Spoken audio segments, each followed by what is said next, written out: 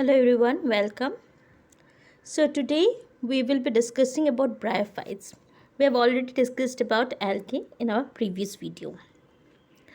This is from the chapter Plant Kingdom of class 11, say BSc NCERT. So when we talk about bryophytes, they are the mosses, the liverworts and everything that we see. Okay, so first coming to what are the different characteristics of bryophytes.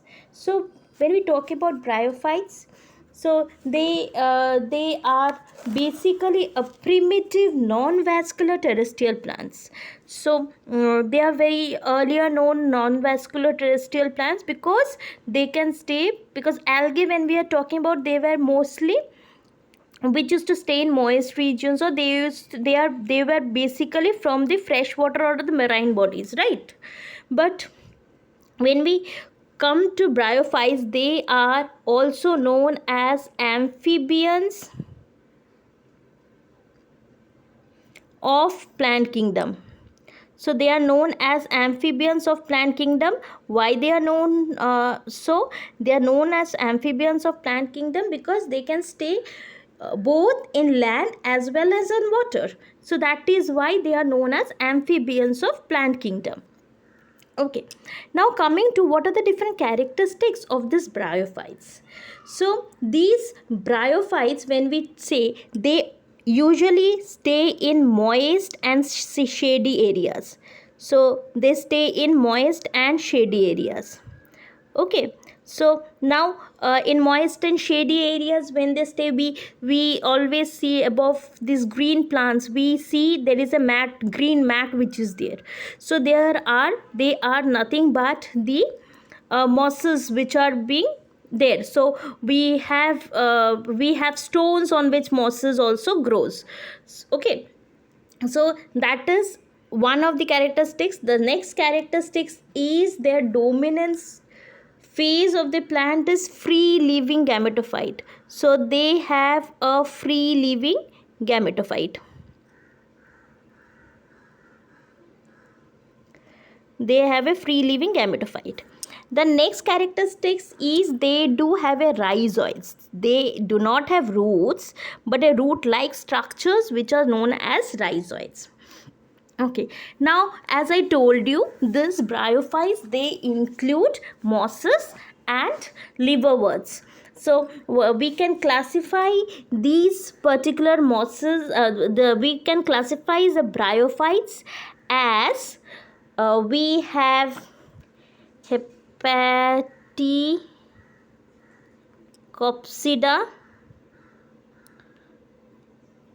Hepaticopsida, okay, then we have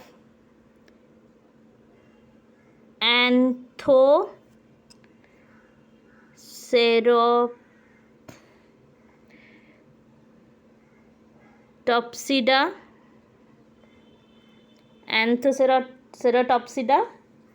and we have Bryopsida. So we have different classification. We have Hepaticopsida. Hepaticopsida are basically the liverworts that we have. Then we have the Anthoceratopsida. Anthoceratopsida is basically the hornworts we have, and Bryopsida are the mosses. So these are the various classifications of the bryophytes. Now when we talk about liverworts, that is Hepaticopsida, they are the liverworts. So when we talk about the liverworts, they may be thallus or foliose with aseptate rhizoids. Just check the rhizoids. Let me just clear this off. We'll find then. Okay. So we have, just if you look at the liverworts, these two are the liverworts. So you see, that is Hepaticopsida. So now they have got rhizoids which are aseptate. They are aseptate. There's no branching, so aseptate. So it is basically the sex organ is present on the dorsal surface of the thallus. So see, on the dorsal surface we have the of the thallus we have the sex organs, and sporophytes, they are differentiated into foot, seta and capsules. So there is a foot where is there is a seta which you have, and then there is a capsule that is there. And now they do develop into endothecium, and the dehiscence of the capsule is very very irregular.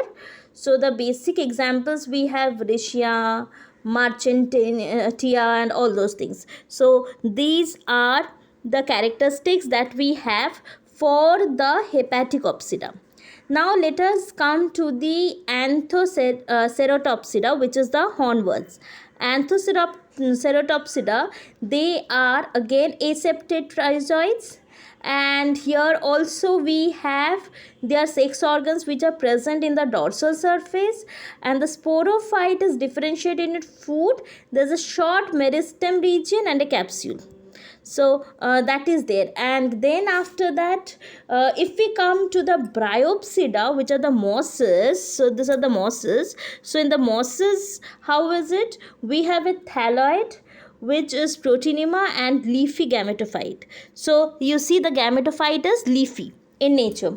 Okay, and they have obliquely septate rhizoids.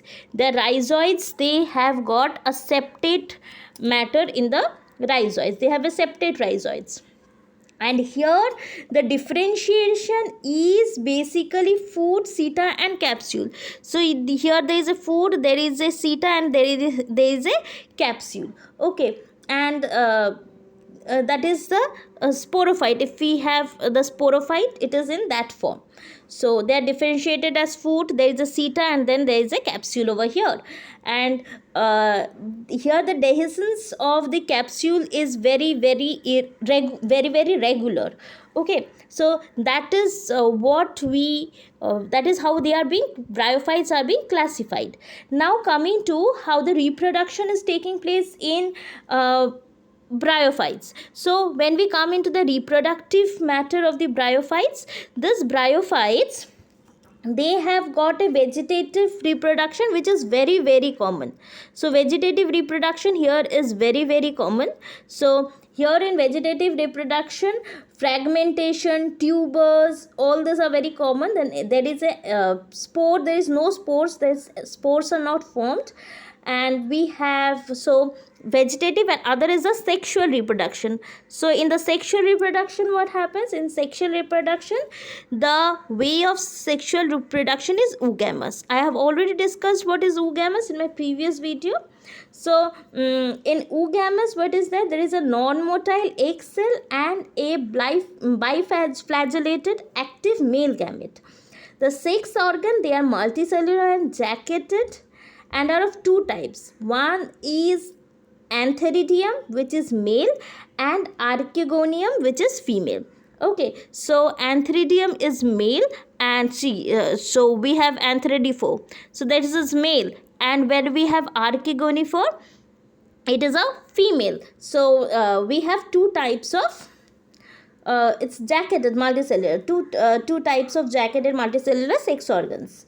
Okay, now this antheridium is going to produce a number of flagellated male gametes which are called as sperms or antherozoids.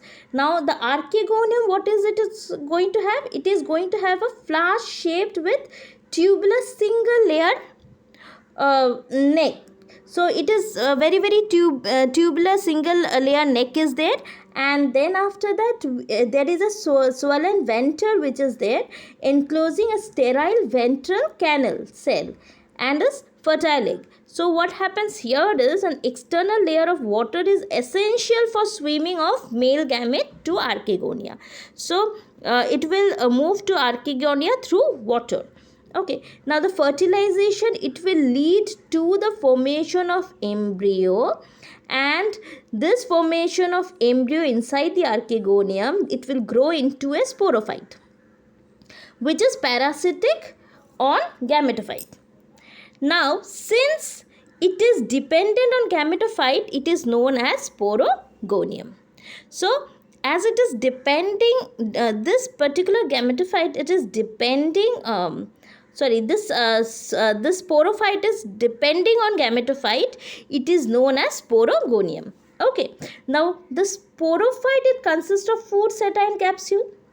So in some members, however, this sporophyte is essential, is represented either by capsule only, or it is by food and the capsule. Now this sporogonium, it will produce haploid meiospores inside the capsule. On germination, each spore will produce a gametophyte, either directly or through a juvenile stage. So it may be going through a juvenile stage, or it may be going, forming directly the directly the gametophyte. Okay, now the bryophytes show heteromorphic or heterologous alteration of generations. So there is a heteromorphic formation of generations which is there. Okay, either they have a gap in between, or they go through two phases, or they have the phase directly. So that is all about the bryophytes. Just to revise on the bryophytes, we have discussed bryophytes are mosses and liverworts. Basically, there are three kinds of bryophytes that we have. Before that, bryophytes are basically, they have rhizoids. They do not have true roots, but they have got rhizoids. And also, this bryophytes, they live in moist region. And then after that, there are three kinds of bryophytes that we have seen. That is a liverworts, Hepaticopsida, hornworts, which is Anthoceratopsida, and we have Bryopsida, which are the mosses. So basically, liverworts or hornworts, they have aseptate rhizoids, whereas Bryopsida, that is the mosses, have septate rhizoids. And then after that, the sex organs which is present in the dorsal region, whereas in mosses we have, it develops from the superficial cell of the apex of the leaf gametophyte. Then the sporophyte, if we talk about, then it is differentiated in food, seta and capsule. For all the things, and this is all how it is being classified. And if we talk about the reproduction of bryophytes, they are vegetative or sexual reproduction. Vegetative reproduction is basically the formation of fragmentation, tubers and all those. And when we come to sexual reproduction, it is basically oogamous. And when it is oogamous, then we have, there is a jacketed multicellular jacketed sex organs which are there. There are two types. One is anthridium and the other is archegonium. Anthridium is male and archegonium is female. So then when the reproduction takes place, from the archegonium is going to produce the sperm, which is going to go and fuse with the archegonium. Archegonium is basically flask shaped and with a tubular single layer neck. So when it goes and fuses it, then it produces the embryo inside the archegonium. And because the sporophyte which is produced from this embryo is dependent or parasitic on the gametophyte, it is known as sporogenium. Okay, and also the sporogenium which produces the haploid meiospore inside the capsule. On germination, each spore will again produce a gametophyte, either directly or through a juvenile stage which is known as protonema. So that is it about bryophytes. Thank you.